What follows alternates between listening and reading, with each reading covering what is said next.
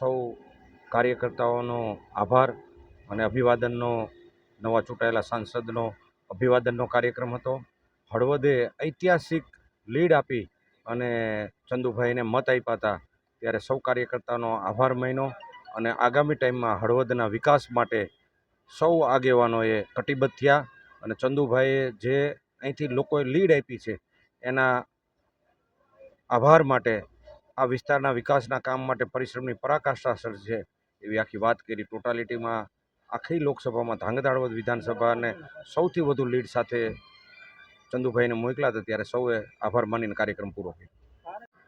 મારા સત્કાર સમારંભ કરતા મારા ઉપર પ્રેમ વરસાવી અને હળવદ તાલુકાના તમામ સમાજના લોકોએ જબરજસ્ત કામગીરી કરી અને જબરજસ્ત મતદાન કરીને સૌથી વધારે લીડ આ તાલુકાએ આપી છે. ત્યારે મને પણ એમના અભિનંદન આપવાનો ભરખો હતો અને આજે તમામ કાર્યકરો અહીંયા દિલની લાગણીથી જોડાઈને આ કાર્યક્રમમાં હાજર થયા, ત્યારે આ હું એમનો ખૂબ અભિનંદન આપું છું, ખૂબ દિલથી આભાર માનું છું.